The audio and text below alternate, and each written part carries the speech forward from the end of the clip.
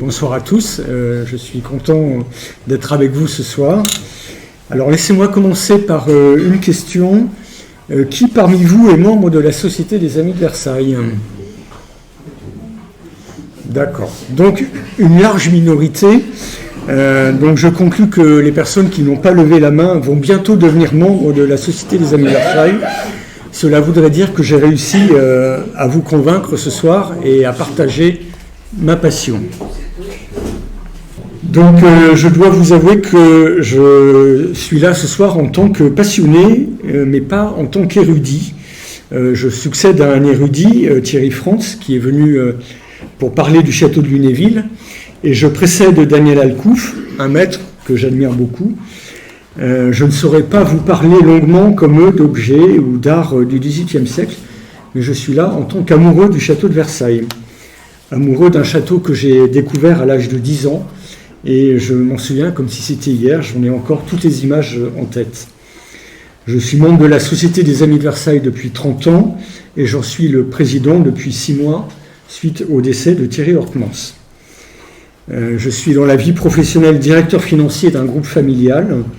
Versailles est une passion et servir la Société des Amis est un plaisir et un honneur, mais ce n'est pas mon activité professionnelle. J'espère donc que vous saurez être indulgent avec mes propos et ma présentation de ce soir. Alors même si vous n'êtes pas membre, pour beaucoup d'entre vous, vous connaissez la Société des Amis de Versailles, j'imagine, et vous savez que ce n'est pas une association sportive municipale comme on me le demande parfois. Il s'agit de la Société des Amis du Château de Versailles. La Société des Amis de Versailles est une association connue et de première place dans le paysage culturel français, dont je vais vous retracer en quelques mots l'histoire. Alors tout démarre en 1907. Le journaliste Eugène Tardieu publie dans le journal L'Écho de Paris la lettre d'une lectrice désolée par l'état d'abandon du petit Trianon. Elle note l'état lamentable dans lequel est tombé le hameau du petit Trianon, aucune réparation, vitres brisées, ordures de toutes sortes, voire même un corset, dans les maisons, griffonnages souvent immoraux sur les murs. Le journaliste va alors se rendre sur place et constater de lui-même il n'y a même plus de fenêtres, les chaumes défoncées laissent couler l'eau des pluies, la nuit des vagabonds se donnent rendez-vous dans les chaumières qui leur offrent un abri commode et de tout repos. Il y a 3 gardiens pour un domaine de 92 hectares. Nous sommes en 1907. La même année, la revue Monuments de France évoque la création d'une Société des Amis de Versailles qui regrouperait toutes les bonnes volontés qui se passionnent pour la gloire évocatrice du palais de Louis XIV et de son admirable parc. Cet article va permettre la naissance d'un grand mouvement d'opinion pour la sauvegarde de Versailles. Sur l'initiative de Pierre de Nolhac, que vous voyez ici, un comité de fondation est créé. Pierre de Nolhac fut conservateur du musée du château de Versailles de 1892 à 1920. Il entreprend la métamorphose du château à rebours des initiatives de Louis-Philippe du siècle précédent. C'est sous son impulsion qu'est définie la nouvelle doctrine de restauration du château de Versailles, restituer autant que de possible le dernier état connu d'Ancien Régime. Et c'est toujours cette politique qui prévaut aujourd'hui dans les restaurations et les acquisitions du château. L'idée de créer une société des amis suscite toutefois la réticence des pouvoirs publics qui n'aiment pas voir agir à leur côté la société civile. Pierre de Nolhac va être à l'origine du mouvement de reconnaissance de la Société des Amis. Donc c'est grâce à l'intervention de ce fonctionnaire conservateur du château que la Société des Amis, qui appartient donc au domaine privé, a pu trouver sa place à Versailles. Pour contribuer à la résurrection de Versailles, comme il le dit, ce sont ces termes, toutes les bonnes volontés sont bienvenues. Le comité de fondation charge messieurs Alexandre Millerand et Raymond Poincaré, tous deux futurs présidents de la République, de rédiger les statuts de l'association. La Société des Amis de Versailles est alors fondée. Alexandre Millerand sera une grande figure dans l'histoire de l'association. Il en sera 2 fois président, de 1912 à 1920, puis ayant démissionné de la présidence de la République de 1926 à sa mort en 1943. Alors, les statuts de l'association décrètent que la Société des Amis est créée afin d'apporter son concours à l'établissement public du château, du musée et du domaine national de Versailles, pour la restauration, l'aménagement et l'enrichissement des collections des châteaux de Versailles et de Trianon, et également d'accroître le renom de Versailles dans le monde par toute démarche ou manifestation adéquate en France et à l'étranger. Et donc ces deux idées d'origine demeurent encore aujourd'hui, contribuer à l'accroissement du rayonnement du château en France et à l'étranger, et contribuer à des restaurations et à des acquisitions pour le château. La Société des Amis de Versailles est à son origine installée comme son aînée, la Société des Amis du Louvre, dans le pavillon Marsan du musée du Louvre, où elle restera jusqu'en 1980. La liste des premiers membres comporte plus de 700 noms. Dès sa naissance, la société fut la plus distinguée de Paris. Il était de bon ton d'en être. Dès le début, les conférences acquirent un prestige considérable. Elles furent des événements où se pressaient les connaisseurs et permirent à Pierre de Nolac de faire connaître et partager son désir de restituer les décors du château, demeure royale. Et l'organisation de conférences, de visites, demeure aujourd'hui au centre des activités de la Société des Amis, avec un programme très riche, varié, dans les murs ou hors les murs, afin de faire partager la connaissance du château et afin que les membres puissent découvrir cette période de l'histoire de notre pays et de l'histoire de l'art. Le premier don de la société date de 1908 et fut en faveur du musée Louis-Philippe. C'est un tableau de l'ami, réception de la reine Victoria au Tréport en 1843, d'une valeur de 3000 francs, auquel avaient souscrit des grands noms que nous connaissons encore aujourd'hui, comme les Camondo, les Doucet ou les Rouard. 1910 vit entrer au château le premier objet qui lui avait été originellement destiné, le grand surtout du mariage du dauphin, composé de bronze, de marbre et de motifs en biscuits de Sèvres. Entre les deux guerres, les dons de la Société des Amis se comptent sur les doigts d'une main. 4 dons entre 1931 et 1939. La France sort de la Première Guerre mondiale exsangue, et puis les dons des Rockefeller en 1924, puis 1927, semblent avoir paralysé notre Société d'amis. L'après-Seconde Guerre mondiale n'est pas plus favorable. Il faut attendre 1955 pour voir la reprise d'un courant plus soutenu de générosité sous la présidence du duc de Brissac. Celui-ci fut le président de la Société des Amis jusqu'en 1987. La fin du XXe siècle marque un redoublement de l'activité des Amis sous la présidence d'Olivier Drouhan, du fait de 3 nouvelles voies. La première est la suppression du système de parrainage. Donc pour devenir membre de la Société des Amis de Versailles jusqu'en 1986, il fallait être coopté par 2 administrateurs.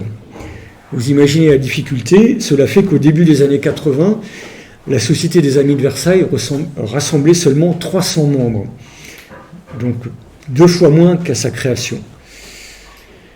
La seconde dimension qui a contribué à générer du dynamisme pour la Société des Amis de Versailles est la sollicitation du mécénat des entreprises. Et Olivier Drouhan aime raconter comment Henri Racamier et la société Louis Vuitton ont été les premiers mécènes d'entreprises du château de Versailles. Louis Vuitton avait privatisé le château pour une soirée, c'était le soir de l'élection d'Olivier Drouhan, et Henri Racamier, en visitant le château, passe dans la salle du billard et lui dit « Cette salle est bien vide, il faudrait que vous fassiez quelque chose ». Et il se trouve que le lendemain, le conservateur en chef de Versailles l'appelle et lui dit il y a une banquette de la salle du billard qui passe en vente, est-ce que vous pourriez nous aider à l'acheter ? Et donc, c'était un hasard. Olivier Drouhan rappelle Henri Racamier et lui dit hier, vous m'avez dit qu'il fallait des meubles pour cette pièce, j'en ai un, 60 000 francs, à vous de jouer. Et donc, il a obtenu l'argent d'Henri Racamier et ça a été le premier mécénat d'entreprise pour le château. Et la troisième dimension qui a contribué au dynamisme de la Société des Amis, c'est le contact qui a été renoué avec la fondation en 1998 des Amis américains de Versailles, donc contact renoué avec les États-Unis, et la création par Olivier Drouhan et Catherine Hamilton d'une société d'amis américaine qui est devenue très dynamique, qui s'est mobilisée, qui a levé des fonds. Juste retour des choses, c'est à Versailles que Jefferson et Franklin ont convaincu Louis XVI d'entrer en guerre pour soutenir leur indépendance. Donc il n'y a pas de plus haut lieu que Versailles pour souligner l'amitié franco-américaine, et cette société d'amis de Versailles, d'amis américains de Versailles, elle va connaître un nouveau dynamisme, et on espère que les amis américains vont pouvoir nous accompagner pour des beaux projets à Versailles dans les prochaines années. Donc voilà pour ce cours historique. La Société des Amis de Versailles, aujourd'hui, c'est 4600 membres, dont 350 jeunes. Donc on a fait des progrès par rapport aux 300 membres des années 1980. Notre fonctionnement fait que les cotisations de nos membres couvrent les dépenses courantes, et donc nos réalisations d'acquisition ou de restauration sont possibles grâce à des dons ou des legs de nos membres ou de personnes qui ne sont pas membres. Donc le thème de la présentation de ce soir, c'est les principales réalisations des 10 dernières années. Et nous avons choisi des réalisations qui illustrent la diversité des possibilités, des domaines d'intervention de la Société des Amis, des acquisitions de peintures, de meubles, d'objets d'art, des restaurations de pièces, de statues, de bosquets, grâce à des dons, grâce à des legs, grâce à nos amis américains. Voilà, on a essayé d'illustrer la diversité de ces possibilités d'intervention avec tous ces projets que je vais vous présenter maintenant. Donc c'est une présentation anti-chronologique. On commence par les réalisations les plus récentes pour terminer par les plus anciennes. Alors nous avons pu acquérir cette année un écran de cheminée par Georges Jacob et une table de lit de Marie-Antoinette par Risner. Nous les avons acquis en vente publique le 16 mai de cette année, donc grâce au legs de M. Elvard Bresset. Alors M. Elvard Bresset était un de nos amis américains, mais vivant en France, vivant à Paris. C'était un passionné de Marie-Antoinette. Voilà, nul n'est parfait. Je suis plutôt un passionné de Louis XIV, mais il y a des passionnés de Marie-Antoinette aussi. Mais c'est une boutade, puisque vous allez voir qu'on on acquiert actuellement plusieurs meubles de Marie-Antoinette. Donc cet écran de cheminée, nous l'avons acquis pour 265 000 € au marteau chez Sotheby's. Donc il était destiné aux appartements de la reine au rez-de-chaussée. Lorsque Marie-Antoinette devient reine en 1774, elle réinvestit les appartements du premier étage qui n'avaient plus accueilli de souveraine depuis la mort de Marie Leszczyńska en 1768. Mais Marie-Antoinette n'apprécie pas l'étiquette de la cour et souhaite faire aménager des appartements privés pour son intimité. À la naissance de sa fille en 1778, elle souhaite également se rapprocher de sa fille. Et la mort de Madame Sophie, sixième fille de Louis XV en 1782, libère un grand appartement au rez-de-chaussée donnant sur la cour de marbre. Donc les travaux débutent en 1783 pour installer un appartement de 3 pièces, meublé tout d'abord avec des pièces déjà existantes, et il faut attendre 1788 pour que la reine reçoive un meuble neuf commandé à Georges Jacob dans le style étrusque, garni de soie bleue, comme vous voyez sur la photo de cet écran de cheminée. De cette commande originale, la majorité des meubles est maintenant revenue au château de Versailles. Une des 2 bergères, 3 des 4 fauteuils, un fauteuil de toilette, 2 chaises sur 4, un tabouret sur 2, un tabouret de pied, un paravent et une corbeille qui ne sont pas détenues à Versailles. Et enfin cet écran, donc soit 10 pièces sur 17 qui sont maintenant revenues au château depuis les premiers en 1955.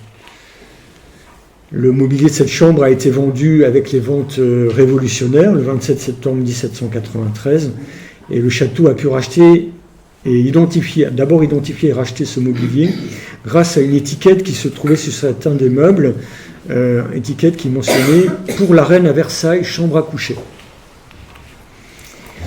Alors quand nous avons su que cet écran passait en vente, nous nous sommes interrogés sur le prix que nous étions prêts à débourser pour cet écran, puisqu'il est passé en vente à Paris il y a un an, un fauteuil de cet ensemble. Donc je vous ai dit que le château était propriétaire de 3 des 4 fauteuils, donc le 4e, ce qui est possiblement le 4e, était passé en vente il y a moins d'un an, et ce 4e fauteuil s'était vendu un peu moins d'1 million d'euros. Donc nous n'étions pas prêts à mettre 1 million d'euros pour cet écran de cheminée, et puis finalement il a fait le bas de son estimation, il est estimé entre 200 000 et 300 000 euros, et le marteau est tombé à 200 000 euros, et il a été préempté par le château, et donc nous avons été heureux de pouvoir acquérir cet écran pour ce prix. Voilà. Et donc, dans cette vente, nous avons pu acquérir également la petite table de lit pour près de 40 000 euros. Cette petite table est rarissime. Elle a été livrée par Rissner à Marie-Antoinette en 1784. Elle porte la marque au fer du garde-meuble de la reine. Et donc, tout laisse penser qu'elle a été livrée pour ces petits appartements de Versailles ou de Trianon. Et on peut signaler que cette petite table de lit était passée il y a quelques années, je crois que c'est notre hôte, Ludovic Peladieu-Ledon, qui l'a vendue à Jacques Garcia. Donc c'était une belle découverte, et donc finalement cette table de lit a pu rejoindre le château cette année. En 2021, Madame Michel de Maistre nous a donné ce portrait présumé de Louise de Gontaut, marquise d'Urfé. Ce tableau a été valorisé 18 000 euros. Et donc c'est un don d'une de nos membres. Donc selon la tradition familiale, ce tableau représenterait Louise de Gontaut, fille d'honneur de la dauphine Marie-Anne de Bavière à partir de 1680. Elle épouse 4 ans plus tard Joseph-Marie de Lascaris, marquis d'Urfé, petit-neveu de l'écrivain Honoré d'Urfé. Le couple appartient à l'entourage de Monseigneur, puisque Louise de Gontaut devient par la suite dame d'honneur de Marie-Anne de Bourbon, princesse de Conti. Elle disparaît sans descendance le 23 mai 1739 et fait de son neveu Charles-Antoine de Gontaut, modèle du tableau d'Alexandre Rollin, également offert par Madame de Maistre, son légataire universel. Rares sont les modèles identifiés. La tradition voulait que le tableau représente une fille de Louis XIV. Cela reste très incertain. La tradition familiale, qui remonte au moins à 1949, semble plus confortée. Voilà, elle est conforme aux œuvres du peintre Philippe Vignon, fils du célèbre peintre Claude Vignon, qui s'établit en Angleterre dans les années 1670-1680. Il existe au moins 3 compositions semblables à celle que Madame de Maistre nous a donnée, et dont l'une porte la signature du peintre et est datée de 1689. De 2020 à 2022, nous avons pu mécéner la restauration de la bibliothèque du Dauphin. Donc c'est un mécénat de nos amis, grâce à une collecte que nous organisons par l'intermédiaire de la Fondation du patrimoine, dont je vous parlerai tout à l'heure, et grâce au legs de Madame Françoise Estrade pour un peu plus de 100 000 euros. Et donc le budget de cette restauration s'élevait à 375 000 euros. C'est le 400e projet de la Société des Amis de Versailles. Alors, une succession de pièces situées au rez-de-chaussée du château et donnant sur le parterre du Midi était réservée à l'usage de la famille royale. Leur distribution actuelle correspond à l'époque où le dauphin de France et sa seconde épouse, Marie-Joseph de Saxe, y résidaient. En 1747, sous la direction d'Ange-Jacques Gabriel, l'enfilade de pièces située au rez-de-chaussée est divisée en 2 espaces distincts, l'un pour le dauphin et l'autre pour la dauphine. L'ancienne chambre du grand dauphin devient le cabinet particulier du dauphin avant d'être transformée en bibliothèque en 1755-1756. Cette pièce conserve aujourd'hui encore la majeure partie de son décor et de ses dispositions d'origine. La restauration a redonné tout son éclat à cet espace intime dont le décor polychrome, à la manière du Vernis Martin, en fait une pièce unique et précieuse. La restauration a essentiellement porté sur le revêtement pictural des lambris de la pièce. Le décor polychrome présentait en effet un aspect jauni et vétuste. La couche picturale a donc été reprise pour rendre aux lambris leur fond blanc à l'imitation de la porcelaine. La corniche en stuc, qui se trouvait dans un état sanitaire préoccupant, a été consolidée et repeinte. Le parquet, dans un état médiocre, a été révisé et les quincailleries dorées, fortement encrassées et rouillées, ont été restaurées. En 2019, nous avons pu acquérir ce portrait d'Alexandrine Lenormand-d'Étiole par François Boucher. C'est une acquisition de gré à gré pour 295 000 € grâce à nos amis et en partenariat avec la Fondation du patrimoine. Jeanne-Antoinette Poisson épousa en 1741 Charles Guillaume Lenormand. De cette union naquit Alexandrine Jeanne Lenormand d'Étiole, qui a vécu de 1744 à 1754. En 1745, lorsqu'elle devint officiellement maîtresse du roi, Madame de Pompadour emmena l'enfant à Versailles. Cette dernière y demeura jusqu'en 1749, date à laquelle elle fut placée au couvent des Dames de l'Assomption, rue Saint-Honoré à Paris. Très attachée à sa fillette, Madame de Pompadour la faisait néanmoins venir régulièrement à la cour et nourrissait pour elle de grandes ambitions, jusqu'à imaginer un mariage prestigieux avec un membre de la famille royale. Mais Alexandrine décéda d'une péritonite alors qu'elle n'avait pas 10 ans. Le portrait d'Alexandrine Jeanne Lenormand d'Étiole a été réalisé par François Boucher en 1749. Le tableau serait le seul portrait peint du vivant de l'enfant. On connaît peu de représentations de cet enfant. L'inventaire des biens de Madame de Pompadour, réalisé après décès en 1764, mentionne la trace d'un pastel figurant la fillette, réalisé par François Boucher et légué au marquis de Marigny, qui était le frère de la marquise. Le pastel est ensuite mentionné dans la vente de Pierre-Louis Éveillard de Livois le 23 juillet 1799. On voit dans ce tableau le travail d'une couleur libre et franche et un dessin coulant et agréable. C'est un tableau qui est très coloré. Voilà. François Boucher fut sans doute le peintre favori de Madame de Pompadour, avec l'aide de son frère, le marquis de Marigny, directeur des bâtiments du roi. La marquise confia au peintre la décoration de plusieurs demeures et l'associa aux productions des manufactures royales.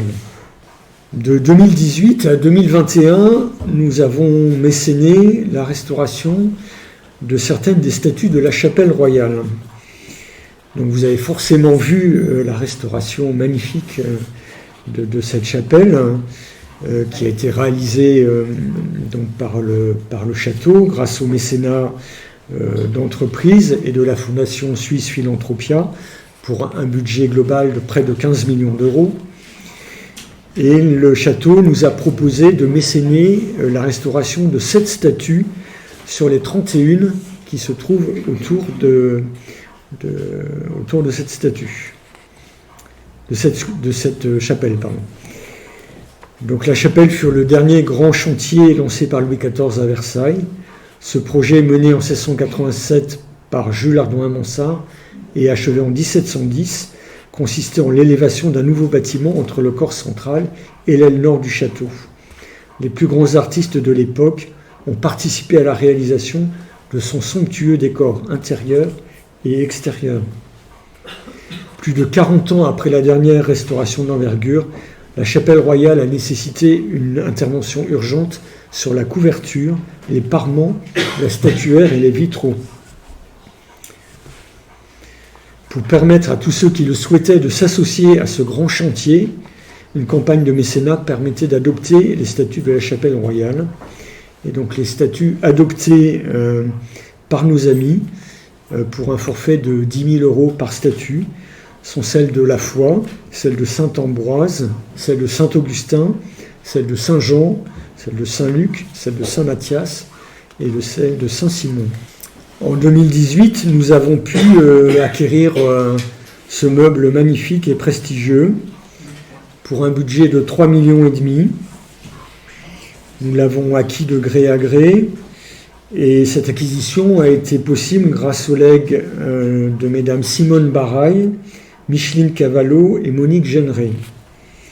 Madame Simone Baraille était une sociétaire de notre société, et elle a laissé toute sa fortune à notre société pour l'acquisition de pièces de mobilier originellement situées à Versailles. Telles étaient ses volontés. Et quand nous avons des legs, souvent les légataires mentionnent quels sont leurs souhaits, et bien naturellement, nous respectons toujours les souhaits de nos légataires. Donc nous avons respecté le souhait de Madame Baraille, et elle aurait été très certainement heureuse et fière de cette acquisition. Il s'agit du mécénat le plus important réalisé par notre société d'amis depuis sa fondation. Commandée le 5 octobre 1776 par le garde-meuble de la couronne à Jean-Henri Resner, la commode est livrée le 18 décembre 1776 sous le numéro 2881, numéro inscrit sur les panneaux arrière.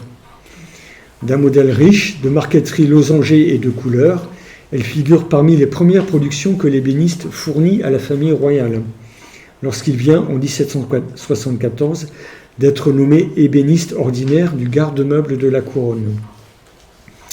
Il livre en 1776 3 commodes de ce type pour les membres de la famille royale. Le modèle plaît par la puissance de son architecture, l'élégance de ses bronzes et le jeu de ses bois. La commode est destinée au cabinet intérieur de la princesse dans l'appartement que cette dernière occupe depuis 1769 au rez-de-chaussée du corps central du château. Différent du grand cabinet, pièce d'apparat rangée à l'étiquette, le cabinet de retraite fait partie de ces lieux qui, dans les appartements royaux et princiers, permettent, en tant que pièce privée, de découvrir le goût personnel de leurs hôtes. La commode est ensuite envoyée au château de Bellevue, maison de plaisance que le roi Louis XVI a attribuée à ses tantes en 1774. Elle est placée dans les appartements à l'étage et y demeure jusqu'à la Révolution. Vendue en 1795, elle passe à une date indéterminée en Angleterre. On la retrouve ensuite dans les collections de Lord Carnarvon, puis elle devient quelques décennies plus tard la propriété de Jean Guillermo de Bistegui, son dernier détenteur. Son retour au château de Versailles, à son emplacement précis dans le cabinet de retraite de Madame Adélaïde, s'inscrit dans la politique de remeublement active menée par l'établissement public depuis de nombreuses années, avec une réalisation qui est parfaite puisqu'elle permet de faire revenir le bon meuble à son bon emplacement. Donc elle a retrouvé l'endroit exact où elle était sous l'Ancien Régime. Parfois, faute de meubles, on procède à des acquisitions d'équivalence. Là, on a pu acquérir le bon meuble pour le bon endroit. En 2018, nous avons pu acquérir ce tableau qui représente le dauphin, futur Louis XIV, devant le berceau du duc d'Anjou, son frère, par Charles Lebrun. Ce tableau a été acquis pour 150 000 € grâce au mécénat de M. Édouard de Royère, qui est notre principal mécène. M. Édouard de Royère est l'ancien dirigeant de la société Air Liquide. Sur ce tableau, Louis XIII se penche tendrement vers Anne d'Autriche, qui tient dans ses bras le dauphin. Ce dernier, tout en regardant sa mère, agite une sorte de tourniquet en direction de son frère Philippe, le petit duc d'Anjou, qui se trouve dans un berceau nacelle posé sur une estrade. Le bois doré du berceau est décoré d'une couronne princière et entouré de dauphins et de chimères. Le tout est magnifié par un dais et des colonnes. Le décor de fleurs de lys qui ponctue à la fois le tapis et le dais confirme le caractère royal de la scène. Né le 21 septembre 1640 au château de Saint-Germain-en-Laye, 2 ans après la naissance tant attendue de Louis Dieudonné, Philippe occupe à son tour le berceau royal, comme l'indique le titre d'une gravure qui reprend la composition du tableau. Le berceau royal du duc d'Anjou.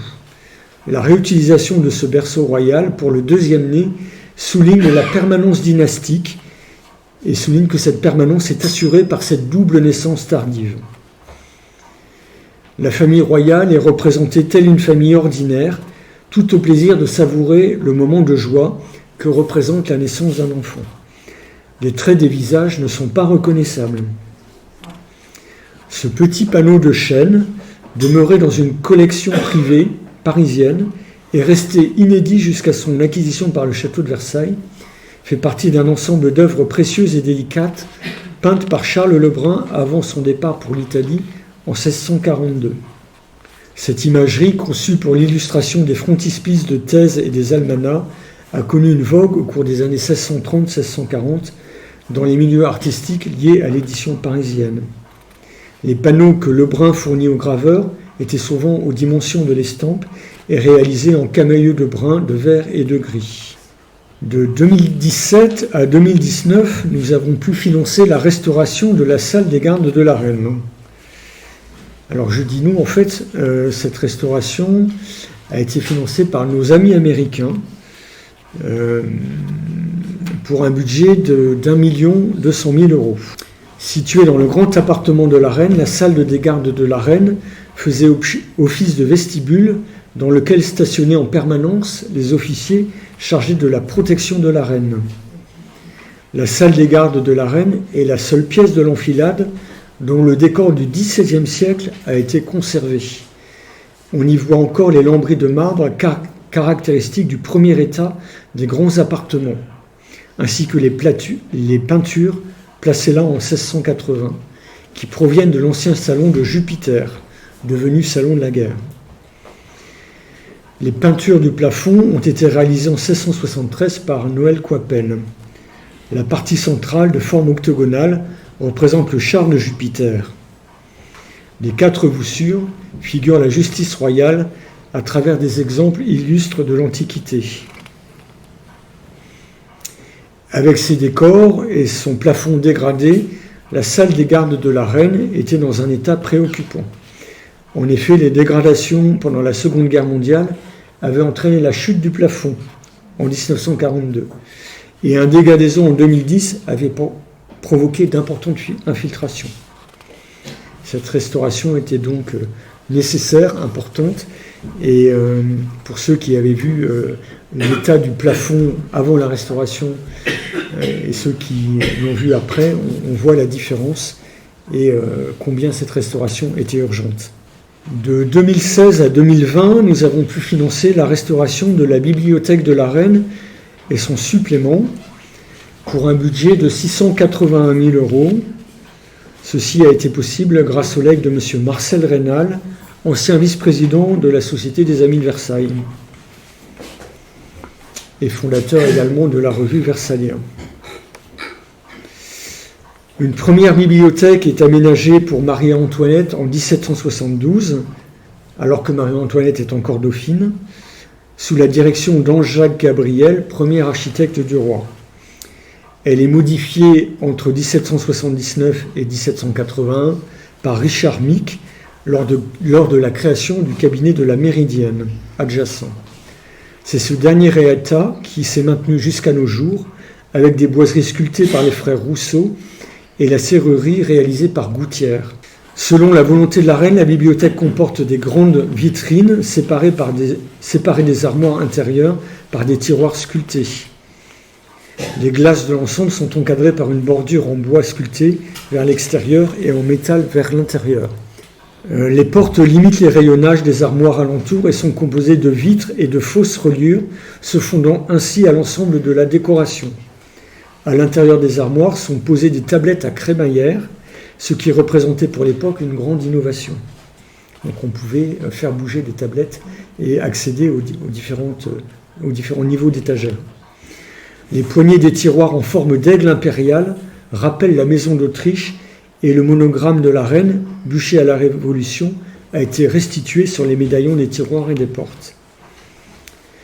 L'espace nécessaire pour exposer les volumes dans la bibliothèque étant devenu insuffisant, en 1783, une petite bibliothèque complémentaire est aménagée dans la pièce voisine, ancienne pièce des femmes de la reine, pour servir de supplément à la bibliothèque de la reine. Il est possible que cette bibliothèque supplémentaire ait été prévue pour recevoir les grands volumes, ainsi que le laisse croire la taille des fausses reliures qui ornent les portes. Alors ces bibliothèques peuvent acquérir quantité d'ouvrages, et donc on se demande si Marie-Antoinette lisait tout ça.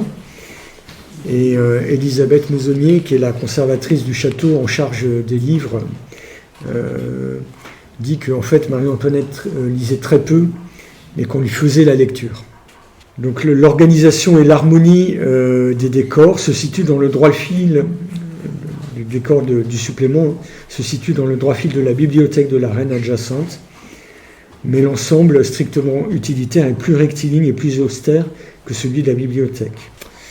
En 2015, nous avons pu acquérir ce bureau du roi Louis XIV par Roquemort. Alors les meubles provenant de Louis XIV sont extrêmement rares. Ils ont été pour beaucoup vendus même sous Louis XV, dès Louis XV, donc bien avant les ventes révolutionnaires. Et donc cette opportunité était importante et nous avons pu la saisir et acquérir ce bureau pour la somme de presque 1,5 million grâce au mécénat d'AXA et à nos amis réunis et qui ont contribué à une collecte par l'intermédiaire de la Fondation du patrimoine. Le château de Versailles a préempté ce meuble classé trésor national lors d'une vente à Drouot en 2015. En 1685, Alexandre Knorr, ébéniste ordinaire du roi depuis 1684, livre pour le château de Versailles une paire de bureaux brisés en marqueterie d'étail et de laiton. Ces bureaux dont le décor de l'un forme le négatif de l'autre étaient destinés à la pièce de travail de Louis XIV dans ses petits appartements. Pièce qui n'existe plus, qui a été transformée sous Louis XV. Le chiffre du roi est omniprésent dans la marqueterie de laiton et d'écailles rouges gravées. Ainsi que son pendant en première partie, conservé au Metropolitan Museum de New York, le bureau constitue l'une des rares pièces de mobilier connues actuellement qui furent réalisées pour Louis XIV. Néanmoins, ce type de bureau, dont le plateau articulé s'ouvrait par le milieu, fut rapidement jugé peu pratique et démodé. Les deux œuvres retournèrent donc au garde-meuble de la couronne, avant d'être vendues lors d'une vente aux enchères de meubles royaux en 1751, donc sous le règne de Louis XV. Les bureaux sont alors séparés. N'ayant pas subi de transformation, le premier d'entre eux est présenté depuis 1986 au Metropolitan Museum de New York dans sa forme originelle. Le second bureau, donc le nôtre, avait été transformé en bureau de pente à une date indéterminée, peut-être même dès le XVIIIe siècle, et il se retrouve en Angleterre au XIXe siècle dans les collections Rothschild.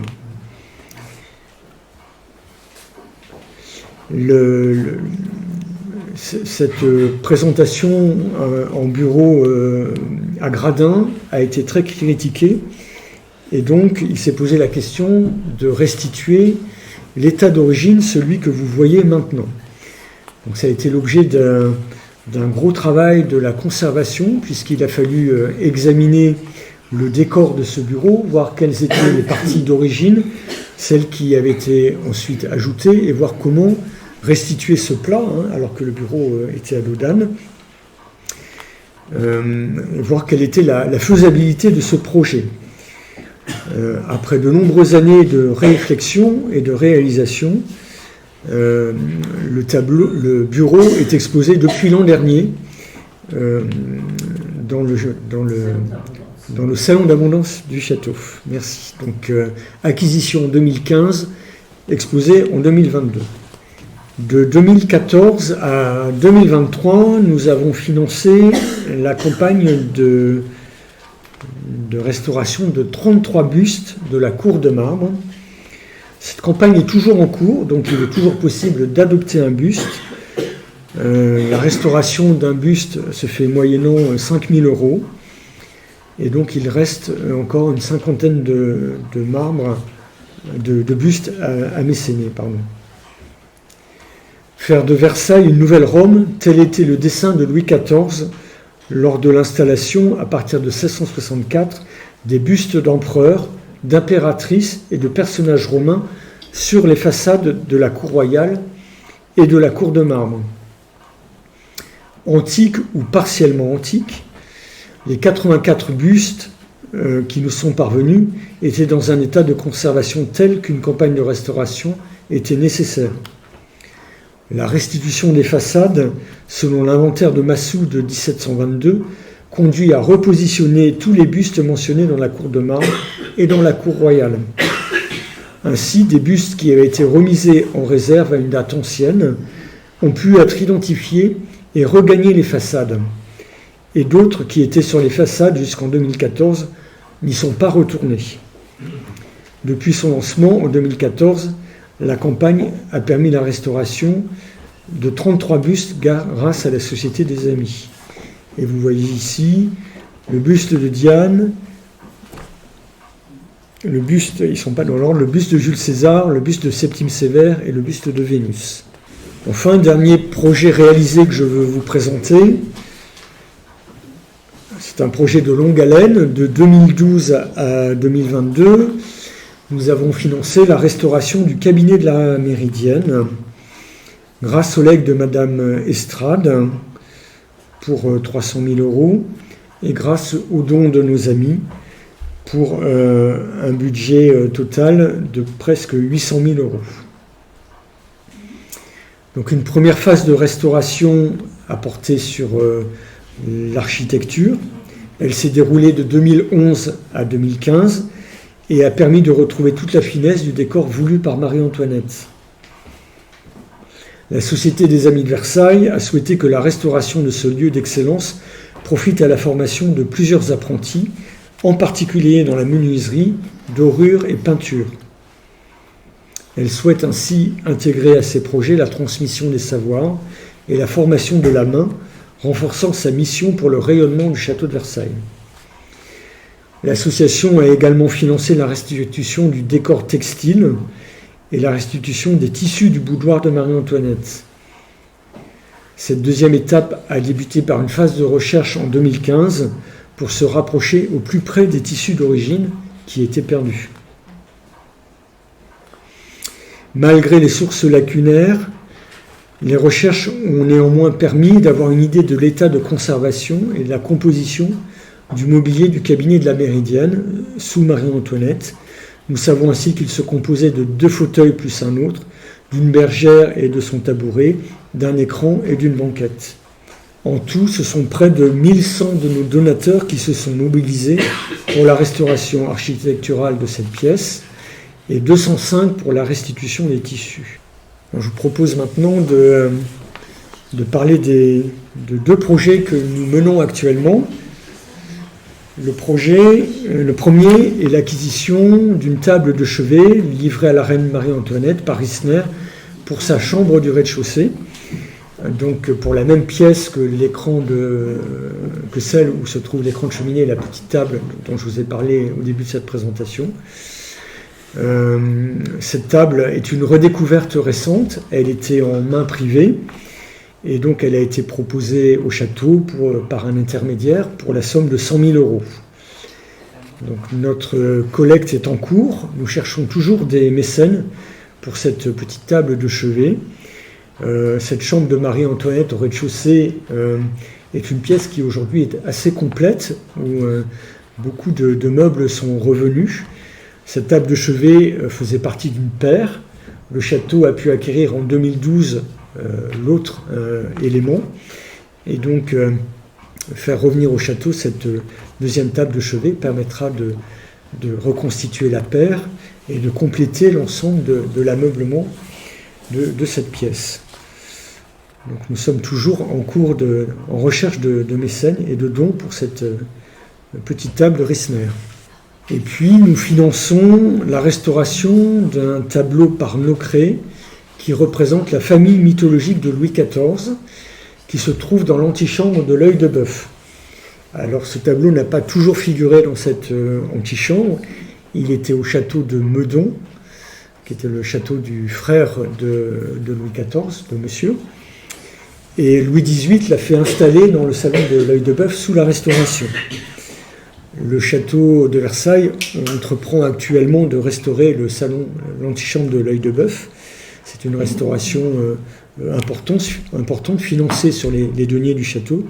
Et pour notre part, nous finançons la restauration de ce tableau qui représente Louis XIV entouré de sa famille sous forme d'une représentation mythologique. Donc le budget est de 120 000 euros et nous sommes toujours en cours de recherche de financement pour ce projet. Alors nous allons prochainement clôturer ces deux projets parce que nous allons début novembre lancer un autre projet d'envergure. Je ne peux pas vous dire grand-chose pour le moment, si ce n'est que c'est un projet de restauration important de pièces qui ont conservé leur décor d'époque Louis XIV. Et dans le château, des pièces d'époque Louis XIV, il n'y en a plus beaucoup. Beaucoup d'espaces ont été modifiés sous Louis XV ou Louis XVI. Et donc là, nous avons un ensemble de pièces qui ont leur décor, leur boiserie d'époque Louis XIV. Nous allons proposer la restauration de ces pièces et l'installation d'une muséographie et de présentation d'objets dans cette pièce. Donc nous allons lancer cette restauration, la campagne pour la collecte pour cette restauration très prochainement. Et nous comptons sur tous nos amis pour contribuer à ce projet, dont le montant s'élèvera à 1,5 million à peu près. Donc vous voyez que nous réalisons nos projets grâce à des dons d'argent, des dons d'objets, grâce à des legs, beaucoup. Et donc je voudrais insister sur le dispositif de legs qui est important pour toutes les associations, mais et aussi pour nous. Et vous parlez, c'est un dada de tous mes prédécesseurs, mais du leg à charge. Donc le leg à charge, de quoi s'agit-il ? Il s'agit d'une disposition qui permet à vos héritiers de percevoir la quote-part qui leur revient. Donc ils ne sont en rien dépourvus de ce qui leur revient. Mais en revanche, en le fléchant vers l'association de votre choix, cela permet à l'association de percevoir directement une partie des droits de succession. Donc ça permet que les droits de succession, au lieu d'aller dans les caisses de l'État, aillent vers une association que vous avez choisie. Donc c'est un dispositif intéressant qui vous permet aussi de choisir finalement la façon dont vous souhaitez que les droits de succession soient orientés et où ils aillent. Donc si on prend un exemple, prenons le cas de quelqu'un qui n'a pas d'héritier direct, qui a comme héritier des neveux. S'il a un patrimoine de 100, les droits de succession s'élèvent à 60 et donc les neveux percevront 40. Si cette personne fait un leg à charge en faveur de la Société des Amis de Versailles, les neveux perçoivent toujours 40 et les droits de succession s'élèvent à 60% de 40, donc s'élèvent à 24. L'État empoche 24 et la Société des Amis de Versailles garde les 36, 60 moins 24 égale 36.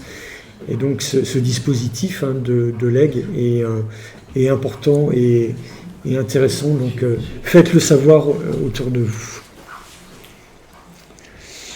Versailles est toujours là, son site est presque intact, ses palais et ses jardins constamment restaurés.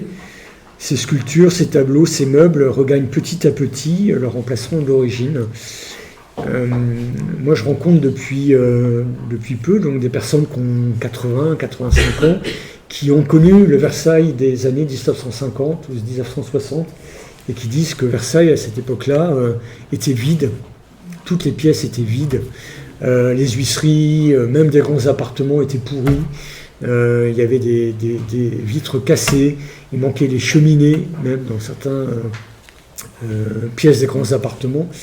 Et donc c'est un travail considérable qui est réalisé par l'État depuis 60 ans maintenant, essentiellement, pour contribuer à la résurrection de Versailles, comme le disait Pierre de Nolhac. Et donc la Société des Amis est la première mécène du château de Versailles.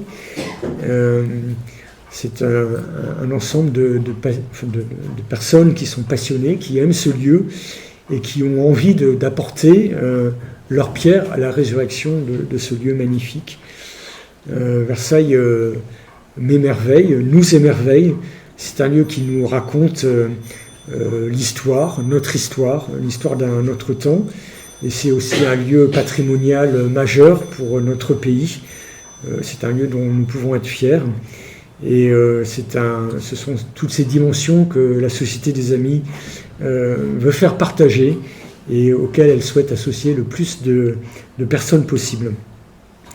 Donc j'espère avoir réussi à vous partager ma passion et à vous montrer que nous pouvons tous contribuer à la résurrection de Versailles, de ce lieu qui est magique et unique dans notre histoire et dans notre patrimoine. Voilà, merci beaucoup.